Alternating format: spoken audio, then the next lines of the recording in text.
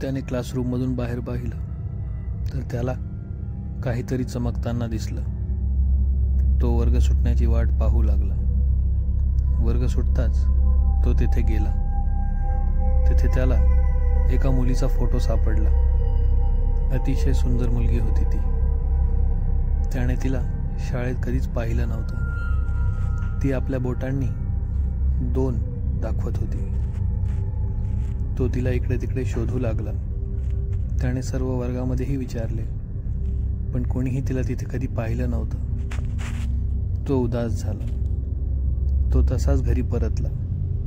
त्याने त्याच्या आईलाही तो फोटो दाखवला आणि तिलाही त्याने विचारलं, तू कधी या मुलीला कुठे पाहिलेस का?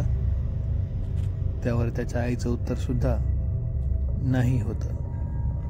तो पुन्हा उदास झाला आणि खिन्न मनाने आपल्या बेडरूममध्ये निघून गेला. त्या रात्री तो तसाच झोपी गेला. मध्यरात्री 3 वाजता आपल्या रूममध्ये कोणीतरी आहे या चाहुलीने त्याला जाग आली.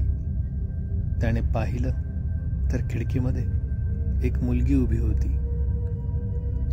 त्या मुलीच्या अंगावर अगदी तसाच ड्रेस होता जसा त्या फोटोमधल्या मुलीच्या अंगावर होता. तो खुश झाला. त्याला वाटलं ती त्याला भेटायला आली आहे. तो खिडकीजवळ गेला आणि तिच्या खांद्यावर हात ठेवला. तिने जसे मागे वळून पाहिले तसा तो जोरात किंचाळला.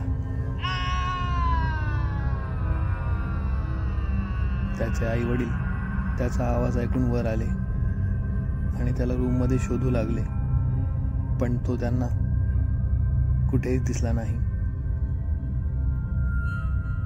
शोधाशोध केल्यावर त्याच्या बेडवर त्याच्या आई वडिलाला एक फोटो सापडला. त्या फोटोमध्ये एक मुलगी होती. आता ती आपल्या बोटांनी 3 दाखवत होती.